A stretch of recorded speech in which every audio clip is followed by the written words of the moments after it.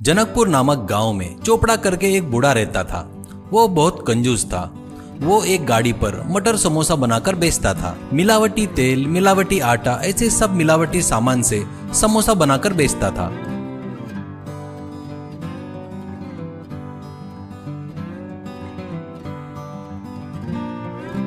समोसे का स्वाद अच्छा रहने के लिए चाइना साल्ट का उपयोग करता था, इसलिए वो लोगों को बहुत पसंद और टेस्टी लगते थे। इससे वो मिलावटी सामान से बना है करके उनको पता भी नहीं चलता था। चोपड़ा का सिर्फ समोसे का ही बिजनेस नहीं था, वो ब्याज का धंधा भी करता था।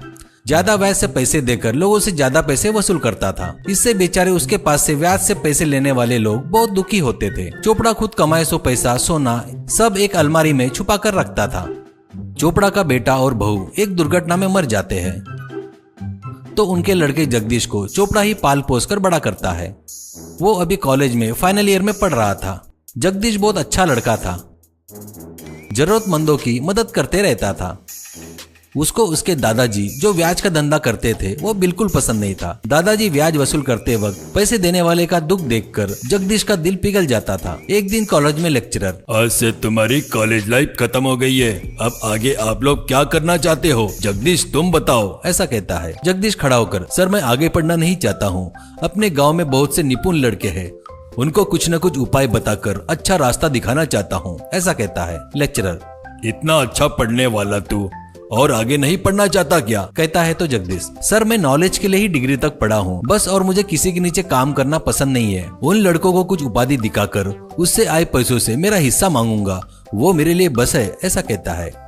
ऐसे गांव में कुछ लड़कों को मिलकर उनको एक जगह पर जमा करके उनको क्या क्या आता है करके पता करता है और उनको कितना पैसा चाहिए वो भी पूछता है। एक दिन गाड़ी के पास चोपड़ा जगदीश से, अरे बेटा आगे की पढ़ाई नहीं करता बोल रहा है ना, तो अब तो अपना ब्याज का धंधा देख ले, अब मेरा आराम करने का समय आ गया है बेटा, ऐसा कहता है। जगदीश, दादाजी ये पाप का धंधा मैं नहीं करना चाहता और ये मुझे पसंद नहीं करके आपको भी बताया ना पहले ही मैंने, ऐसा कहता है। चोपड़ा, ये अपने दादा परदादा से आ रहा पवित्र धंधा है, इसे ऐसे बोल रहा है क्या?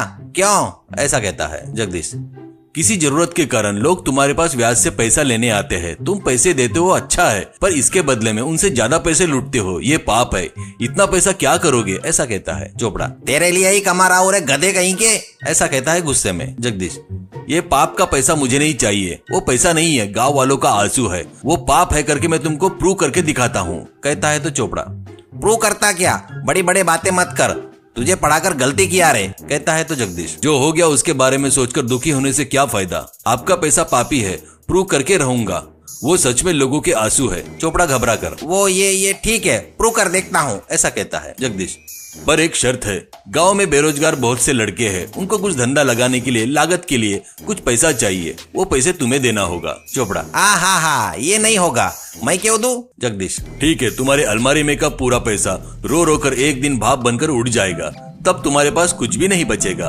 अभी से आपका पैसा रोना शुरू कर दिया, एक सोने का सिक्का लेकर आओ, मैं साबित कर दूंगा कि वो रो रहा है करके, ऐसा कहता है। चोपड़ा घबरा कर दिनेश को घर के अलमारी के पास लेके जाता है।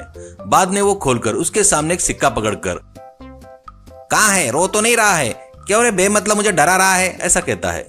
जगदीश वो सिक्का लेकर, डरा नहीं रहा हूँ दादाजी, ये पैसा रोना शुरू कर दिया है, देखना है तो आप देखो करके सिक्के को जमकर दबाता है। उसमें से पानी की बूंदें निकलती है। वो देखकर चोपड़ा, हे भगवान, हाँ सच में पैसा रो रहा है करके चक्कर आकर गिर जाता है। बाद में वो उठता है तो खटिया पर सोया पड़ा था।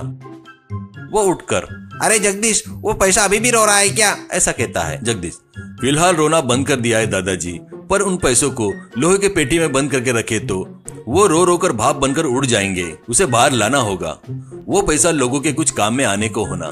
गांव में जो बेरोजगार है ना, उनको उन पैसे से कुछ प्लान बताकर उनको एक रास्ता दिखाना चाहता हूँ। चोपड़ा, उनके धंधे में अगर तेरा हिस्सा रहेगा ना तो दूंगा, ऐसा कुछ है तो बता तो दूंगा, ऐसा कहता है। जगदीश ठीक है कहता है। वैसे वो पैसा लाकर उन लड़कों से साइकिल पंचर रिपेयरिंग की दुकान, बाइक मैकेनिक की दुकान, किराने की दुकान, कपड़ों की दुकान, ऐसे बहुत से दुकान लगवाता है। वो सब बहुत खुश होते हैं। एक लड़का, भैया पैसा रोना बोले तो कैसा भैया, क्या करके आपने आपके दादाजी को यकीन दिलाया भैया, ऐसा कहता है। जगदीश, थोड़ा कपास गीला करके कान में छुपा कर रखा था, दादाजी को दिखा नहीं, वैसे निकाल कर सिक्के के पीछे दबा कर रखा, ऐसे सिक्का रो रहा है करके बोल दिया, ऐसा कहता है। उसके दिमाग को बुद्धि को देखकर सब लोग तालियां बजाते हैं।